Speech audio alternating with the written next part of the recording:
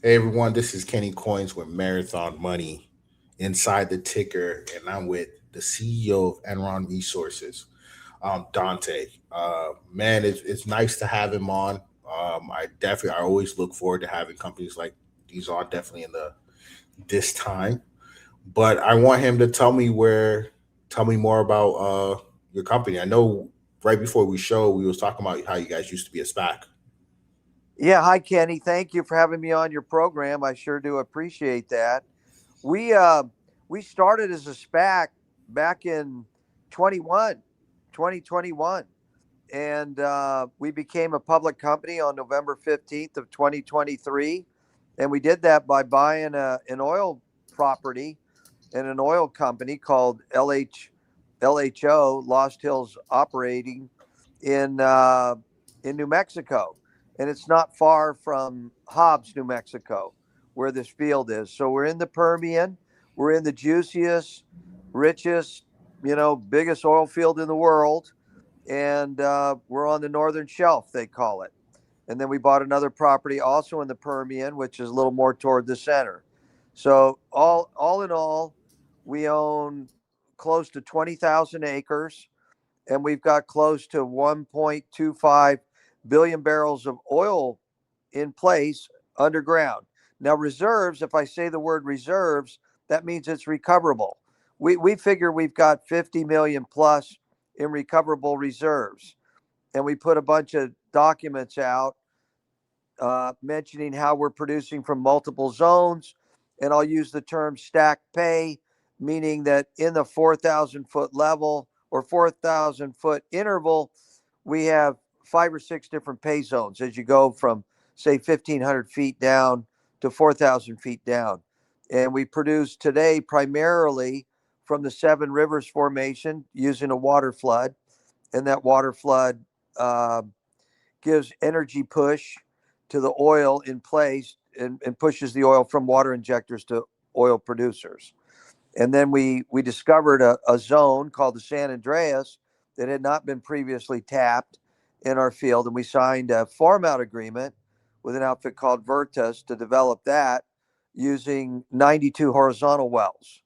And those 92 horizontal wells will begin drilling in June of this year. And we expect peak production in 3 years at close to 30,000 barrels a day from our current 1,000 barrels a day. So I'll stop there and let you ask me questions, Kenny. Oop, did I lose you, sir? No, I'm right here. No, Okay. what I was trying to say kind of went, into some of the questions I already had, and I do have more questions on top of that. But you know, as your drilling starts in June 2026, right? Yes, sir.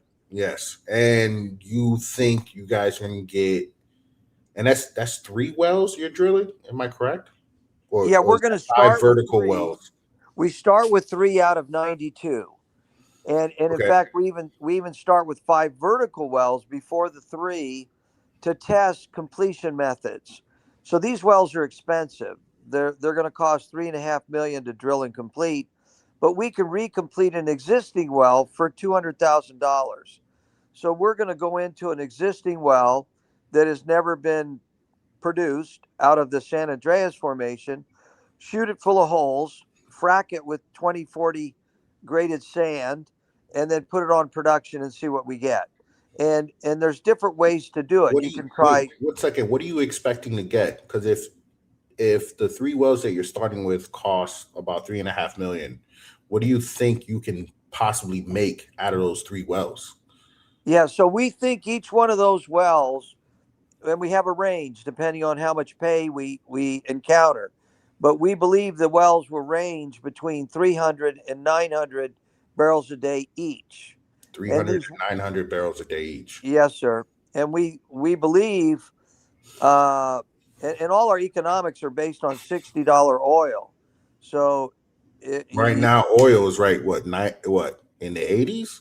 Am I 91. $91? I'm watching the news ticker. $91 right this minute. What So does we, that affect your plan? I want to segue into that for a little bit. We'll jump back on. What does that affect your plan as a company? you, you Not know, we it's a superb question. We must have lost them. About, Back in. yeah, Hey everybody, we just lost a brief connection. So we're back at the price. What the oil price due to a company like yours who's already pricing it at $60, but it's yeah, $91 oil price. yeah. So all our economics, all our forecasts, all our projections are based on 60. So this thing makes good sense at 60. So if your question is what happens at 90, and of course when oil goes from 60 to 90, all of that's gravy. There isn't any additional cost because oil went from 60 to 70 to 80 to 90. It's just $30 a barrel more. Now you could say, well, what do you make now? Our lifting cost is about $22 a barrel. So our net after lease operating expense and G&As, it's probably close to 25, um, 20, something like that. So if we had another 30, I mean, you're talking about making 120% more net profit per well. But let's Is just this go to the $60 oil. We were going to drill 3 to 5 wells in June and 10 in Q4, and then 20 wells each year until we hit 92, which means we're taking roughly 5 years to get this all done. So at a higher oil price, I mean, my gut feel is we're not going to go a whole lot faster, and but we're going to go faster. So maybe that's 25 wells a year. We get it all done in 4. I mean, it's possible we do 30 wells a year and get it done in 3. Now, as oil prices went up, we're not going to be the only ones trying to get drilling rigs locked up, and we'll probably secure the rigs in June that we need. And these wells drill fairly fast because it's only 4,000 feet. So we can drill 4 wells in a month, no trouble. So maybe instead of releasing that rig, we just keep drilling. So if a guy did the math and said you could drill 4 in a month, and you wanted to drill 90 and you didn't want to release the rig, that would be 20, 25 months, 26 months, 26 times 4, 25 times 4 is 100. So Yeah. 25, 26 months, maybe we could do it. So that'd be 2 years. Maybe we cut But the right now drilling schedule in half. you're doing currently you're producing over 1,000 barrels a day right now. Yes, sir. We're producing 1,000 barrels a day from about 350 wells. So these are in a different zone. This is in kind of it had already produced on primary, and then we implement water flooding to get another 7% of the oil in place. And again, we have a ton of oil in place, over a billion Yeah. barrels. And you got those for 5 recompletion plus the first 3 horizontal. That will potentially be 1.3 million per month revenue at the 90 barrels at the $90 a barrel. Am I correct? Yeah. So what I did, you're reading our last press release, and what happened there is the vertical wells will produce, but just not to the volume that a horizontal well will produce. So Yeah. we're going to do some of these vertical wells because we already have existing well bores. So without incurring any drilling costs, we're going to perforate some existing wells, and we've selected them, and it's based on San Andreas pay, and the cost for each of those wells will be about $200,000, and that $200,000 should give us a 50 to 100 barrels a day for each of those wells is our forecast. And we're going to do that work the end of next month. We've already permitted or submitted the permits to the BLM and the New Mexico oil and gas group, and they take about 4 weeks to get approval. So as soon as that's approved, we could let all your viewers know here's how we did. And it is an indicator of how the horizontal wells will do. But the horizontal wells always do way, way better than a vertical well because you're slicing horizontally right through the pay. Okay. So the horizontal wells, what I read that it's zero cost for you guys. Is that The true? first three, yes. Yeah, the first three. Why is The that? first, because we had a group who courted us, and first we went out with a broker to some of those that understand how to drill horizontal wells, and we said, we think we have a good thing. We think we have uh, substantial reserves in the San Andreas, and we gave examples. And one of those examples is Riley Petroleum. They're a much bigger oil company, but if you look at their latest earnings, they're talking about how they've done marvelous of late by drilling horizontal wells in the San Andreas.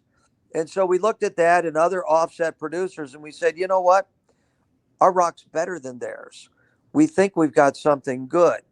So when we went out, we found a group that said, we want it. We want to lease. We want to lease your property and do a farm out. Now, in a farm out, you have to negotiate terms.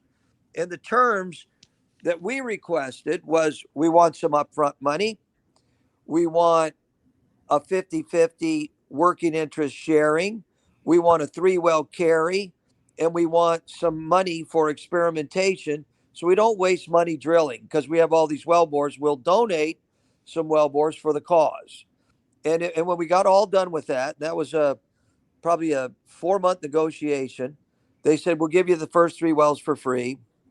We'll give you $5 million up front. And by the way, this is all published, so I'm not giving Yeah, any no, insider no, no, information. no, no, no. You're not getting. It's all published. I see the energy partner you guys formed a deal with.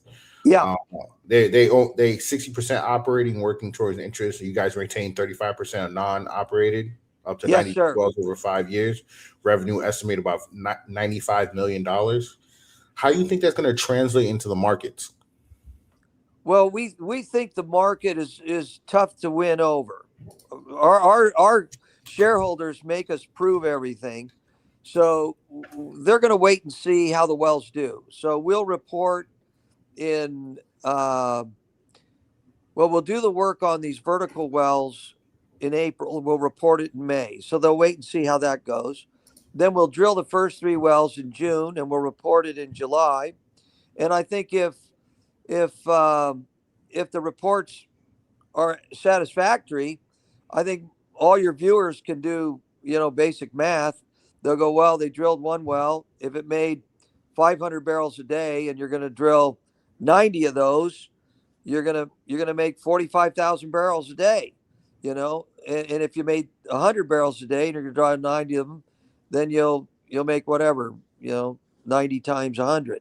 You have 92 potential horizontal wells identified. If the program goes well, what do you see Enron likely to be in 5 years? We think we'll hit 30,000 barrels a day, and we think we'll get 35% of that. So that would a third of 30,000 is 10,000, and then we risk weighted it. We think probably we'll end up with 7,000, and then these wells, sadly, when you drill a horizontal well, they come in big and they decline around the first 3 years around 22%, and then they'll level out around 12% the next 5 years, and then they'll hang in there with a low decline, 4, 5, 6% for 20, 30 years. And then we'd water flood it. So we're water flooding now, and we believe we've got a 20, 30-year life on a depleted reservoir, and we're making 900 barrels a day. I mean, it's economic for us to produce these wells down to 5 barrels a day. So we'll produce these 92 wells, certainly for my lifetime. Now, sadly, I'm older than you, and I don't know how many more years I've got, but I hope I make it to 100 or 150, something like that. Mhm. I hear you. It seems extremely promising. Definitely, if you guys can make the May, the June, and then all the way through the end of the year work out for you guys, because that is a significant amount of barrels of oil you guys will be doing. But you guys, I mean, you guys are hedging a position. you just locked in your oil hedge all the way through the end of 2027, 24-month recovery. Walk us through that decision and what price levels you locked in at. That's the $60 price level you locked in at, which you was telling me before. Yeah, Am I correct? Well, nobody knew how extensive the war was going to be.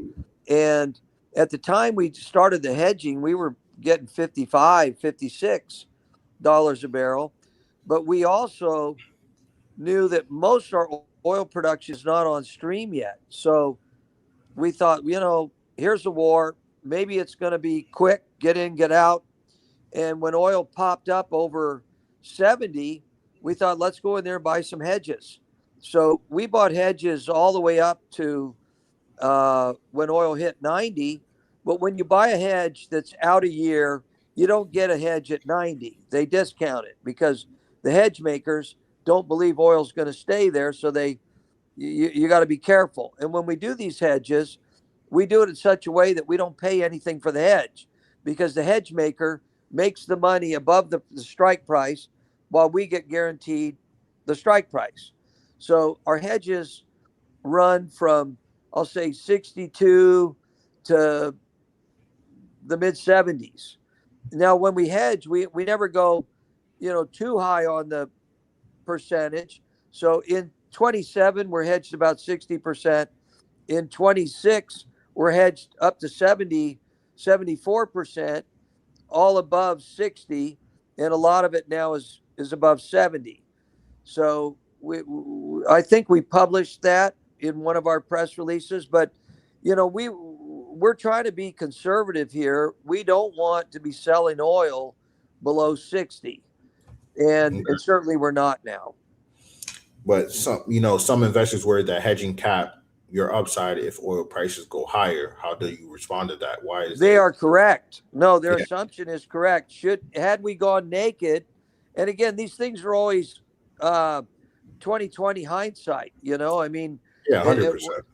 So we just don't know, and we just don't know. So we did do just as you said there, Kenny.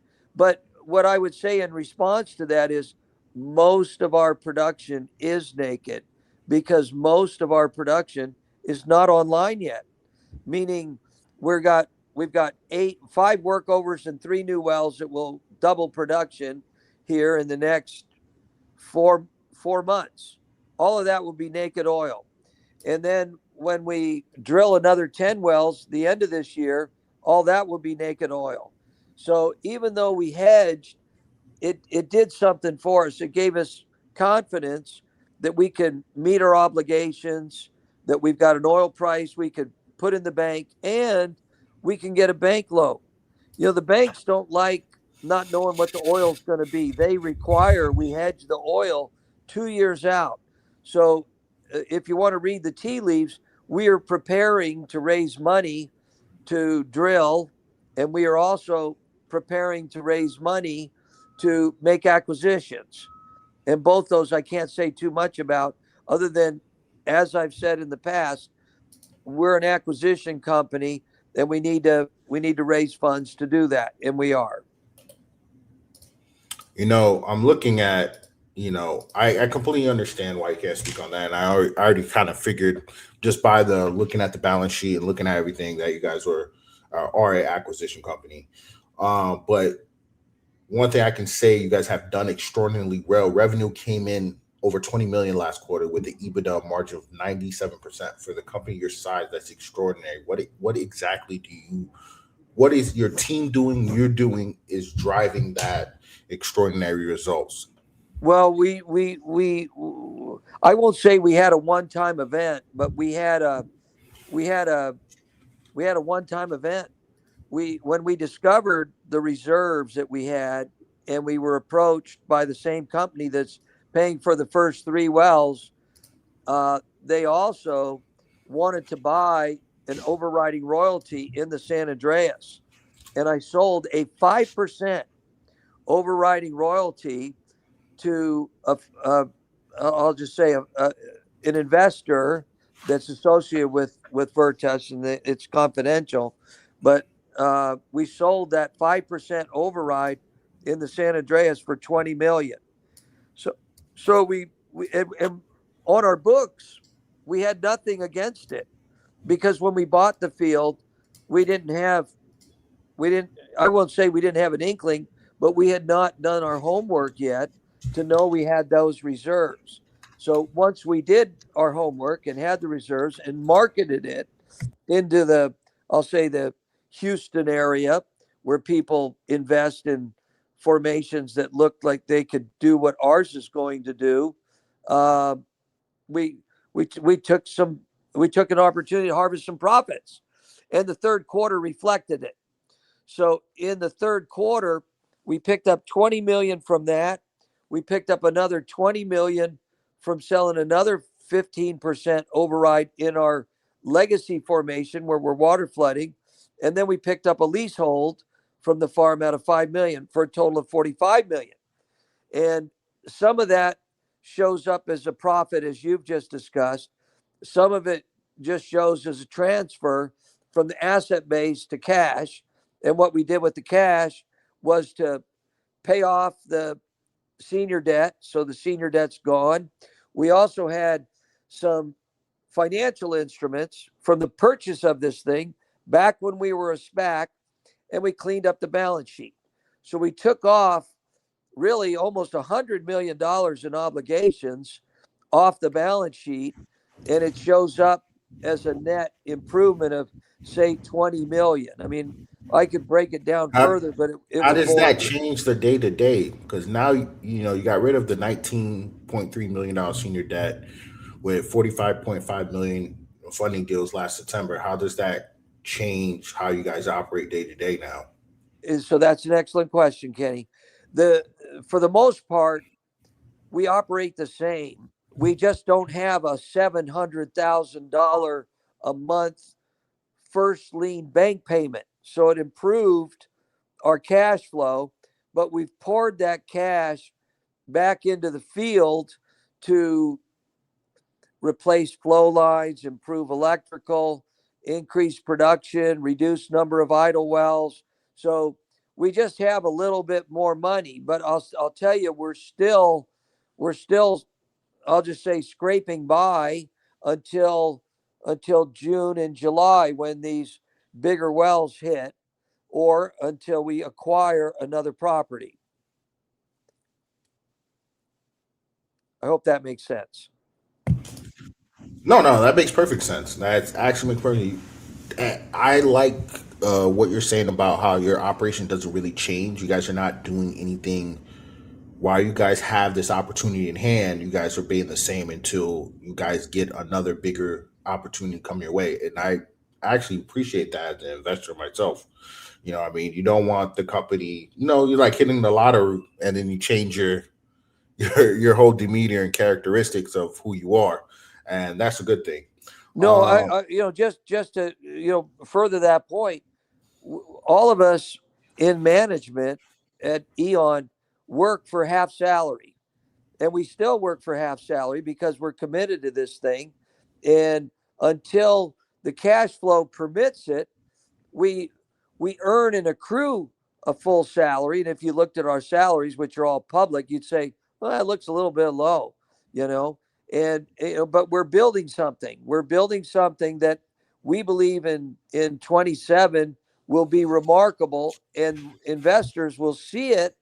We'll see it in July, a glimpse, and you'll see it in full view the end of this year. And then by 28, we hope our shareholders are dancing in the street, with champagne and streamers and poppers and stuff like that. I want to ask about is there a chance that, with all this, good fortune going your way and things going in the path that you wanted to go to, is there a chance there might be a dilution risk to raise more Yes, capital? yes, yes. And the I mean, we have an insatiable need for capital right now. So we have tried not to lean on the stock, especially when the stock was at 35 cents or 40 cents. But today we're trading around $1. So it's a little more attractive for us to use the stock to maybe raise some capital. We just said we think the intrinsic value of our stock's around $2.50, and we can walk through how we conclude that. But some analysts have come out and said that. So it's harmful for us to sell the stock below 250, but you still have to have cash to operate, and you have to balance this thing. So right now, our view is that we need to raise money, 50% from equity, which is to say sell stock, and 50% from debt.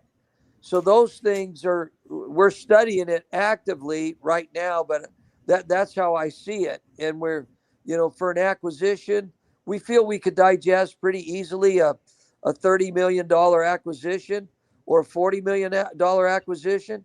So if you just take what I said and said that's kind of the target that we're looking for, that would be a 20 million equity raise and a 20 million debt raise. And those are the kind of discussions that we're working with internally. Now, after making and I'm going to say we're not going to buy anything unless it's incredibly accretive. But by the time you buy an accretive acquisition, by the time you recomplete 5 wells, drill 3 new ones, and drill another 10 wells, the end of the year, we're forecasting an EBITDA number that will self-fund almost anything we want to do. So you're almost done with trying to do big raises if you can be happy acquiring $30 million properties in the Permian. Right now, we see a bunch of those, and then do another farm out like we're doing now with the next property we buy. So we think we've got a formula where you remember most of these 92 wells are self-funded because we were sharp in how we negotiated the farm out agreement with a carry, with a leasehold, with maybe selling a piece of it, so we can raise capital doing that. So the 45 million that we raised in September last year came with not diluting really any shares. There was 1.5 million shares that we also involved in this big transaction. But in the scheme of things, with 50 million shares outstanding, it was nothing.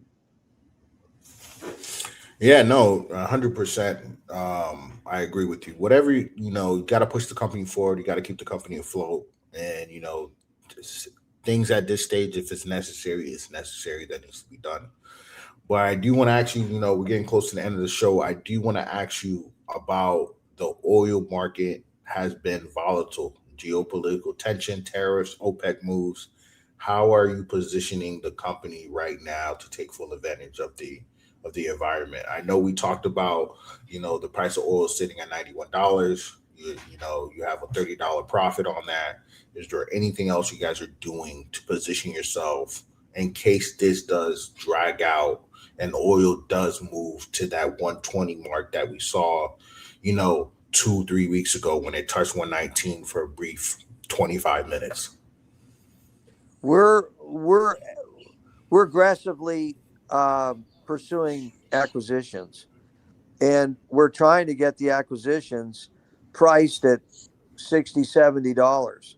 And we don't want to pay a war premium, but we are bumping into sellers who want a war premium. And of course, we have to say it's temporary. And so now I'm also going to say to you, and it's just for you and your viewers and myself, I used to work in the Middle East, and I'm watching with great interest how much damage is being done over there. And the more things that are damaged, like the Ras Laffan LNG plant in Qatar, they're not going to be able to fix that very quick. You have exotic metals, you have long lead compressors, and if you want to fix it fast, and I was a project manager for Ralph M. Parsons out of Pasadena, California. I had to travel the world expediting flanges and valves and elbows, silly stuff. You wouldn't think that would be critical, but it is. And the reason this stuff is all critical is because it's huge. 48-inch pipe, 60-inch pipe. Nobody has that kind of stuff. So when you have this massively huge uh, materials, um, you have to wait a year to have it fabricated, or 2 years. And then the contracting method is such, it has to be engineered, it has to be contracted, it has to be procured, then it has to be constructed. Fast track means 36 months over there. 48 months is remarkable. So the damage done over there every day now is going to take years, not weeks or months, to fix. Plus, you've had 80 ships moored off Saudi Arabia and Kuwait now for a month. That means they're not loading, and they can't instantaneously show up in Europe or Asia or India or the US. You got 22, 28-day shipping times. So it's a mess right now. And so we're now thinking, in hindsight, we've got a ways with oil at maybe 75. The drilling program is going to go forward. We need to have more inventory for drilling and for workovers, and so we'll be an aggressive buyer if we can get stuff at what I'd call a $65 kind of benchmark, or we have to buy things with some hair on it, and then be prepared to deal with it. Okay, man. Man, that was great perspective. It really, actually, some of the stuff that you mentioned about the Middle East, you're 100% right. I just didn't think about it. It does going to take a lot longer than expected because the way they move is not the same way it would move in the U.S. It's not like Houston. In Houston, if I hate to say it this way, but if equivalent damage was done to the Houston ship channel, I mean, you could put an army on it. You could fabricate that stuff and maybe get it back online in 6 months, 9 months. But it's not that way over there. They're not set up. They're not set up like that. The labor's all imported. The contracting is very rigorous. It's going to take a while. Man, Dante, I appreciate you coming on, guys. I think this might be a diamond in the rough. I rarely say that, but Dante, I definitely want to catch up with you after you start your drilling in June and see how things are going. Let's talk in July. That would be great. I hope we could report some good news for you, Kenny. Yeah, thank you for having me on your show. 100%. Hey, See you peace. later.